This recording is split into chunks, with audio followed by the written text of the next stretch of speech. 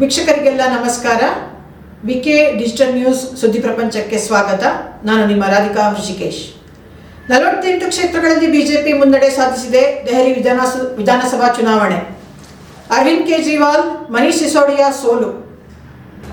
ಪ್ರಧಾನಿ ಮೋದಿಯವರು ದೆಹಲಿಯಲ್ಲಿ ನಾವು ಸ್ಪಷ್ಟ ಬಹುಮತದಲ್ಲಿ ಅಧಿಕಾರಕ್ಕೆ ಬರುತ್ತೇವೆ ಎಂದು ಬಹಳ ಆತ್ಮವಿಶ್ವಾಸದಿಂದ ಚುನಾವಣಾ ಪ್ರಚಾರ ನಡೆಸಿದ್ದರು. ದೆಹಲಿಯಲ್ಲಿ ಅರವಿಂದ್ ಕೇಜ್ರಿವಾಲ್ ಅವರ ಕ್ರೇಜ್ ಕಡಿಮೆಯಾಗಿದೆ ಎಂದು ಹೇಳಲಾಗುತ್ತಿದೆ. ಅವರು ಈಗಿನ 2025 ವಿಧಾನಸಭಾ ಚುನಾವಣೆಯಲ್ಲಿ ಆಮ್ ಆದ್ಮಿ ಪಾರ್ಟಿ ಭಾರೀ ಹಿನ್ನಡೆ ಅನುಭವಿಸಿದೆ. 3ನೇ ಬಾರಿ ದೆಹಲಿಯಲ್ಲಿ ಅರವಿಂದ್ ಕೇಜ್ರಿವಾಲ್ ಸರ್ಕಾರ ಅಂದರೆ ಆಮ್ ಆದ್ಮಿ ಪಾರ್ಟಿ ಅಧಿಕಾರಕ್ಕೆ ಬರುವುದು ಪ್ರಶ್ನಾರ್ಹ ಎಂದು ಹೇಳಲಾಗುತ್ತಿದೆ. ದೆಹಲಿ ವಿಧಾನಸಭಾ ಸ್ಥಾನಗಳಲ್ಲಿ 40ಕ್ಕೂ ಹೆಚ್ಚು ವಿಧಾನಸಭಾ ಸ್ಥಾನಗಳನ್ನು ಬಿಜೆಪಿ ಕಾಪಾಡಿಕೊಂಡಿದೆ, ಗೆದ್ದಿದ್ದಾರೆ.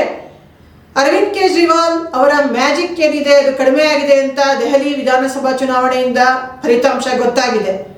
ಜನರೆಲ್ಲ ಮಾತಾಡ್ಕೊಳ್ತಿರೋದೇ ಕೇಜ್ರಿವಾಲ್ ಅವರು ಅಣ್ಣಾ ಹಜಾರೆ ಅವರ ಒಂದು ಹೋರಾಟದ ಫಲವಾಗಿ ಅದನ್ನು ಉಪಯೋಗಿಸಿಕೊಂಡು ಅಧಿಕಾರಕ್ಕೆ ಬಂದಿದ್ದರು.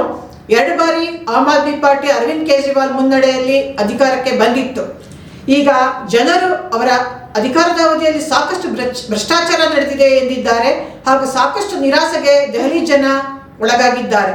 ಹೀಗಾಗಿ ದೆಹಲಿಯಲ್ಲಿ ಜನ ಈ ಸಲ ಆಮ್ ಆದ್ಮಿ ಪಾರ್ಟಿ ಅಲ್ಲ ಬಿಜೆಪಿ ಕೈ ಹಿಡಿದಿರೋದು, ಕಮಲದ ಕೈ ಹಿಡಿದಿರೋದು ಸ್ಪಷ್ಟವಾಗಿದೆ. ಕೇಜ್ರಿವಾಲ್ ಅವರ ಹಿನ್ನಡೆ ಆಮ್ ಆದ್ಮಿ ಪಾರ್ಟಿಯ ಮುಜುಗರಕ್ಕೆ ಕಾರಣವಾಗಿದೆ. ಒಟ್ಟಿನಲ್ಲಿ ಬಿಜೆಪಿಗೆ ಮುಂಬರುವ ದಿನಗಳಲ್ಲಿ ಒಳ್ಳೆಯ ಅವಕಾಶ ಇದೆ ಎಂದು ಹೇಳಲಾಗುತ್ತಿದೆ.